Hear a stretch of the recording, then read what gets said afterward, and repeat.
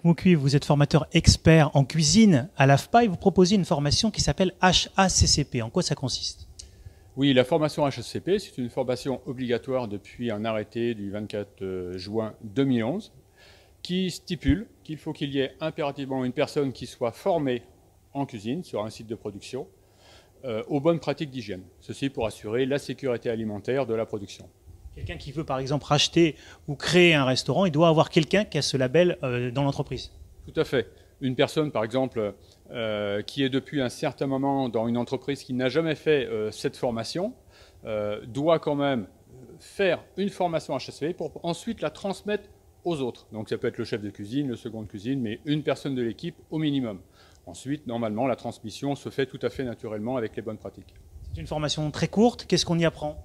Une formation de 14 heures. On y apprend, dans un premier temps, de la microbiologie, savoir combattre les bactéries, les micro-organismes, connaître au mieux notre ennemi. Ça va être notre premier ennemi pour éviter les TIAC. Ce qu'on appelle les TIAC, c'est les toxiques infections alimentaires collectives ou pas.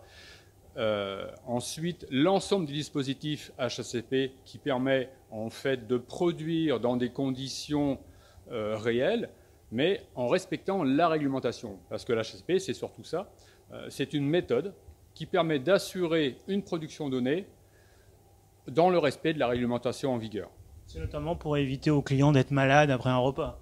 D'être malade pour un repas, mais aussi d'assurer correctement sa production pour être professionnel. Parce que le professionnalisme, c'est savoir faire la cuisine, mais aussi, surtout, et maintenant, ça l'est peut-être moins avant, mais maintenant, ça l'est en première ligne, assurer la sécurité sanitaire des aliments pour que les consommateurs ne soient pas malades. Par exemple, on doit respecter un certain affichage et des documents qui sont à disposition dans les cuisines.